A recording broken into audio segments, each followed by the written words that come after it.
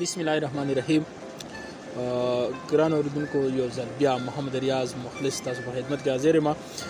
نو په تېرنۍ ویډیو کې موږ ډسکشن کړی و د فزیکس حوالې سره، د فزیکس پهلا چپټر او د سیکنډ چپټر د هغې سم ریوایز کانټینټ کې موږ لګیو. نو نن به موږ د فزیکس دریم چپټر ډاینامیک دا به ډسکس کوو. نو ساينس کې تاسو مخکې دا خبره ما کړې وه چې انتهایی ضروري دي چې موږ ته دا پته وي چې کم یو سیز ته نوم ورکولی شي، د هغې په شا باندې ډېر زیات لوجیک وي، ډېر زیات خبرې. نو دلته چپټر ته چې نوم ورکړی ډاینامیک دا ورډ ډاینامیک چې دی دې تاسو په غور باندې وګورئ. نو ډاینامیک معنا ده، ډاینامیک اصل کې وته دی د ډاینامو نه. ډاینامو معنا ده حرکت، موشن. نو ډاینامیک هم د فزیکس هغه برانچ دی په دې کې به هم موږ د موشن په باره کې خبره کوو، د باډي د ابجیکټس د موشن په باره کې به خبره کوو. نو ستاسو ذهن کې به دا کوېسچن راځي سرجي تا ډاینامیټکس چپټر کې هم ویلي و چې موږ به د باډیز د موشن په باره کې خبره کوو، ډاینامیک هم دا خبره کوي. نو فرق څه دی د دې دواړو چپټرونو؟ زه فرق تاسو وښیم چې ډاینامیک او کاینمټکس کې فرق دا دی چې ډاینامیک کې به کاینمټک کې به موږ د باډیز د موشن په باره کې خبره کوو without cause. The branch of physics in which we study the motion about the object without cause. په کاینمټکس کې به موږ د objects د موشن په باره کې خبره کوو، خو د هغې ریزن د هغې کاز به نه بیانوو. نو ډاینامیک کې چې دې کې به موږ د موشن آف آبجیکټ سټډي کوو، د باډیز حرکت به سټډي کوو، خو ورسره به موږ د دې ریزن د دې په شا چې کم لوجیک دی، کم کاز دی، کم وجوهات د وجې نه دا موشن پیدا کېږي هغه به سټډي کوو. نو ستاسو خیال راشي نو زه تاسو ته ښایم چې په دې ټولو کې ټولو نه لومړنی څیز چې دی موږ سره فورس دی. خیال مو دی فورس معنا ده، فورس وایي طاقت، پښتو کې موږ فورس وایي طاقت ده. په انګلیش کې ډیفینیشن یا د ساينس په ژبه کې یا د فزیکس په ژبه کې فورس موږ داسې ډیفاین کوو، داسې د دې تعریف کوو چې دا هغه یو طاقت دی چې په یو باډي کې حرکت را پیدا کړي. یو سکون کې باډي، ولاړه باډي، په هغې کې حرکت پیدا کړي، دې ته موږ فورس وایو. یا یو حرکت کې باډي پهله نه په حرکت کې باډي روانه وي، حرکت کوي او د فورس په ذریعه سره موږ دغه باډي سټاپ کړو، ودرو، ایسار کړو، نو دې ته موږ فورس ویلی شو. او سره دریم حصه هم د دې فورس د ډیفینیشن چې دا هغه دا ده چې موږ د یو باډي روانې باډي ډایرکشن چینج کړو، نو دې ته موږ فورس وایو.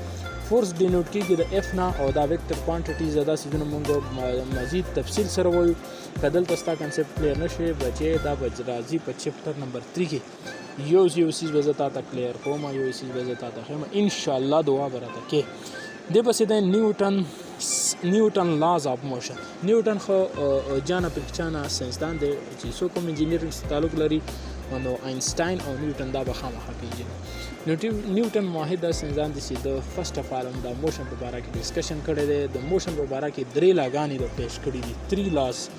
نیوټن فرست لا اف موشن، نیوټن سیکنډ لا اف موشن، نیوټن تھرډ لا اف موشن. دا هر لا به موږ تفصیل سره ډسکس کوو. وایو نیوټن فرست لا اف موشن څه ته وایي، څه خبره ده پکې.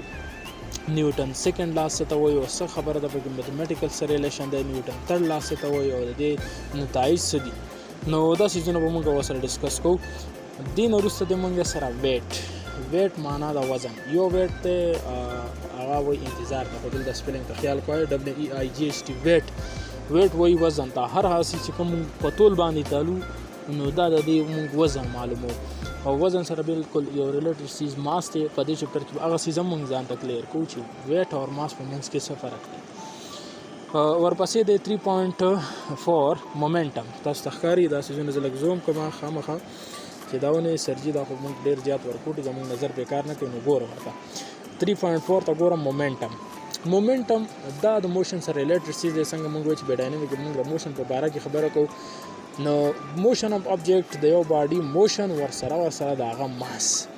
چې کله موږ دا دواړه څیزونه په یو ځای ډسکس کوو نو بیا دې ته موږ مومنټم وایو.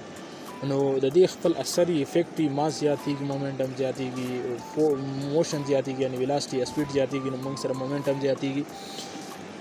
بیا دې پسې راشه 3.5 تاسو ته ښکاري کنیکټډ باډیز بعضې باډیز موږ سره داسې چې ایسولیټډ یو بل نه جدا وي بعضې باډیز موږ سره کنیکټډ یو بل سره ښخ یو بل سره اټیچ وي نو د هغې مینس کې چې کوم فینومینا پیدا کېږي هغه به موږ ډسکس کوو او ورسره تاسو ته ښکاري 3.6 فریکشن دا د کنیکټډ باډي سره کلوز تعلق لري فریکشن وایي مزاحمت ته لکه څنګه موږ په ځمکه باندې روان یو نو په ځمکه باندې زموږ خپې او د ځمکې منځ کې مزاحمت د دې مزاحمت د وجې نه موږ په اسانه باندې په ځمکه باندې حرکت کولی شو که د ځمکه انتهایي صفا سوتره وی نو دې وخت کې بیا موږ حرکت نشو کولی د دې مطلب دا دی که په واوره کې ته روان یې نو سړی سلیپ کېږي ښویږي یا ډېر زیات پولیش سرفیس وي نو هغې باندې هم سړی ښویږي هلته فریکشن کمې وي او دې نه وروسته د موږ سره یونیفارم سرکولر موشن موږ سره مختلف قسمونه دي او یو سرکولر موشن دی چې کوم باډي مستقل په یو موشن په یو رفتار کې تاویږي هغې ته موږ وایو یونیفارم سرکولر موشن نو دا 3. چپټر نمبر 3 کې 3.7 پورې موږ راورسېدو دې نه وروسته به موږ ځو څلورم چپټر چې زموږ دی هغه دی ټارک یا ټرننګ افیکټ آف فورس دا چپټر زه تاسو ته کنټینټ کې زه تاسو ته دا تفصیلي خو نه وایم دا به زه تاسو ته صرف ټچ کوم ښیم